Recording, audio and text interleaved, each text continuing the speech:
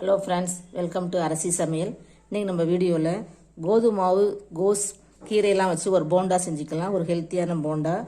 Evening டைமில் snacks பிள்ளைகளுக்கு ரொம்ப நல்லாயிருக்கும். இது மாதிரி நீங்களும் செஞ்சு கொடுங்க. இப்போ நான் அதுக்கு பூண்டு தட்டி வச்சுருக்கேன். ஒரு 10 பூண்டு பல், இஞ்சி, பச்சை மிளகாய், கருவேப்பிலை, மல்லி இலை, சின்ன சைஸாக ஒரு 4-5 வெங்காயம் நறுக்கி வச்சுருக்கேன். இப்போ நம்ம இதெல்லாம் இதில் போட்டுக்கலாம்.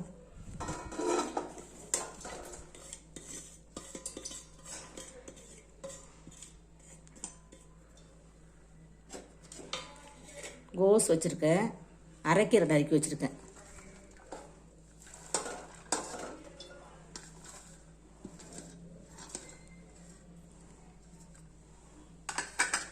இதை கூட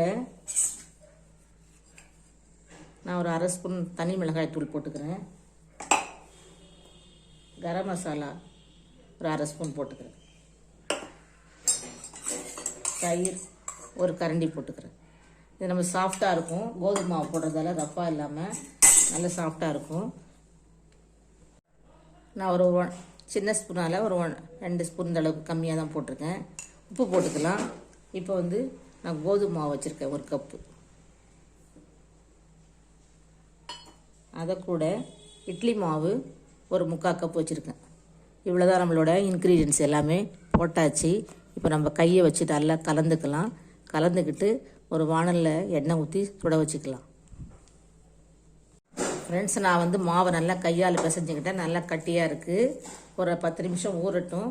இந்த டம்ளரால் பாருங்கள், 1/2 டம்ளருக்கு கம்மியான தண்ணி எடுத்திருக்கேன். எடுக்கும்போதே குறைச்சி தான் எடுத்தேன். நீங்கள் உங்கள் மாவை பிசைஞ்சிக்கிட்டு அளவு பார்த்துட்டு தண்ணி ஊற்றிக்கோங்க. இதில் தயிர் மாவெல்லாம் போட்டாலும் இட்லி மாவெல்லாம் அந்த ஈரத்தோடையே கொஞ்சமாக தான் தண்ணி தேவைப்பட்டுச்சு.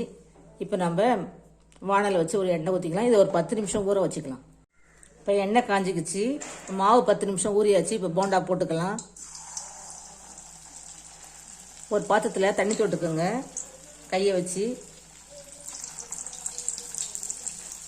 ஹெல்த்தியான போண்டா ஸ்கூல் விட்டு வரும்போது பிள்ளைகளுக்கு இதே மாதிரி கேரட் எல்லாம் போட்டு, கேப்சிகம்லாம் போட்டு செஞ்சு கொடுங்க. கோதுமை மாவு இருந்தாலும் போடணும்னு கிடையாது. இட்லி மாவுலேயோ இல்லை சிறுதானிய மாவு வச்சுருந்தா போடுங்க. கடலை மாவில் போடலாம்.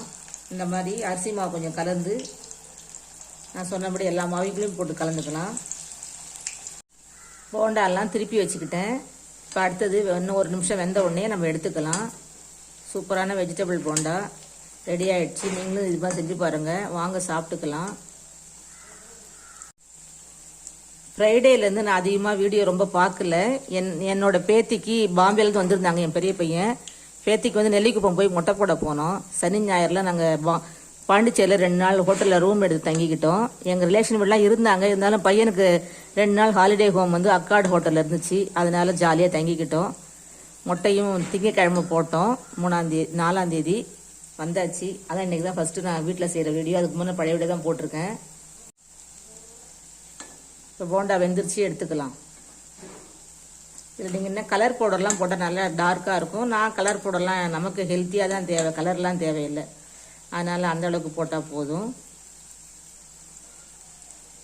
நம்மளோட 2வது செட்டு போண்டாவையும் எடுத்துக்கலாம். நான் 2 தடவை போட்டு எடுக்கிறேன். அப்போ தான் மேலே கிறிஸ்பியாக வரும்னு சொல்லிட்டு. அவ்வளோதான், ஸ்டவ் ஆஃப் பண்ணிக்கிட்டேன். நம்மளோட கிறிஸ்பி முட்டைக்கோஸ் வெஜிடபிள் போண்டா ரெடி ஆகிடுச்சு. வாங்க சாப்பிட்டுக்கலாம்.